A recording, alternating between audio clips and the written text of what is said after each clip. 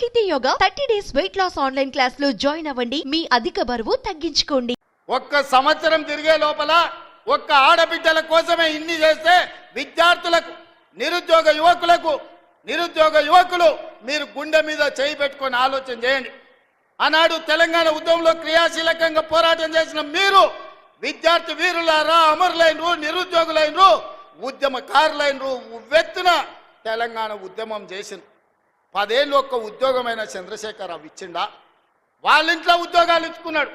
ఆయన ముఖ్యమంత్రి అయిండు, అల్లుడు మంత్రి అయిండు, కొడుకు మంత్రి అయిండు, బిడ్డ ఎంపీ అయింది, ఓడిపోతే ఎమ్మెల్సీ అయింది, సడ్డకుని కొడుకుని రాజ్యసభ చేసుకున్నాడు, ఆయన చుట్టాలను మంత్రులను చేసుకున్నాడు.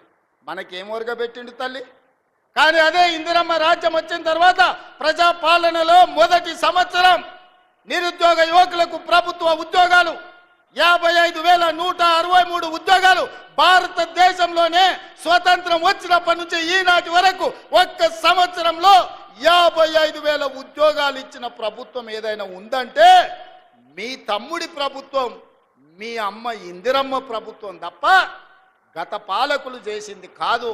ఇది నిజం కాదా? ఈరోజు నేను అడుగుతున్నా, టీచర్లుగా నియామకమైన వాళ్ళని, టీచర్లుగా ఉన్న వాళ్ళని, మీకు 22,000 మందికి ప్రమోషన్లు ఇచ్చి 35,000 మందిని బదిలీ చేసి 20 ఏళ్ళ మీ సమస్యను తీర్చింది మేము కాదా?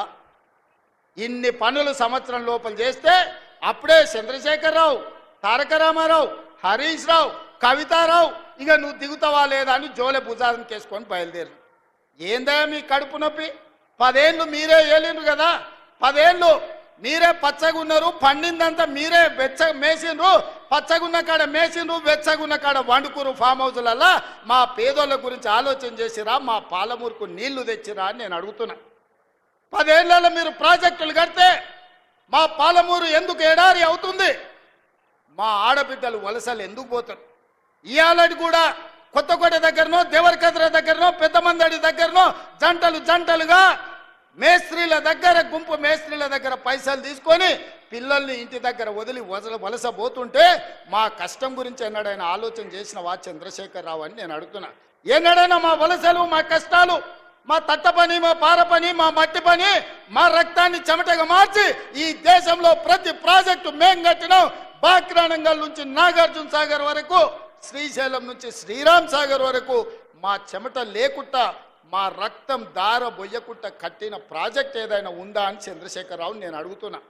మరి ఇవాళ నేను అడుగుతున్నా, 10 ఏళ్ళు 2 లక్షల కోట్లు సాగునీటి ప్రాజెక్టుల మీద ఖర్చు పెట్టిన నువ్వు మా పాలమూరు ఎందుకు పూర్తి చేయలేదు? మా కల్వకుర్తిని ఎందుకు పడావు పెట్టినవు? మా భీమా, నెట్టెంపాడు, కోయిల్ సాగర్, మా సంపద కొట్లాడిన తుమ్మిళ్ళ ప్రాజెక్ట్ ఎక్కడికి పోయింది?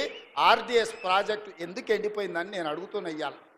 ఇవాళ మా ప్రాజెక్టులు నువ్వు ఎండబెట్టబట్టి, ఆనాడు నువ్వు ఎస్ఎల్బీసీ మేము మొదలుపెట్టి 32 కిలోమీటర్లు పూర్తి చేస్తే 10 కిలోమీటర్లలో 2 కిలోమీటర్లు వేసి పడావు పెట్టే 10 ఏళ్ళు పడావున్న ఎస్ఎల్బీసీ పనులు ఆగిపోవడం వల్ల ఇవాళ కుప్పగూలి 8 మంది ప్రాణాలు పోయినాయి. ఈ పాపం నీది కాదా చంద్రశేఖరరావు? ఈ పాపాల భైరవుడివి నువ్వు కాదా?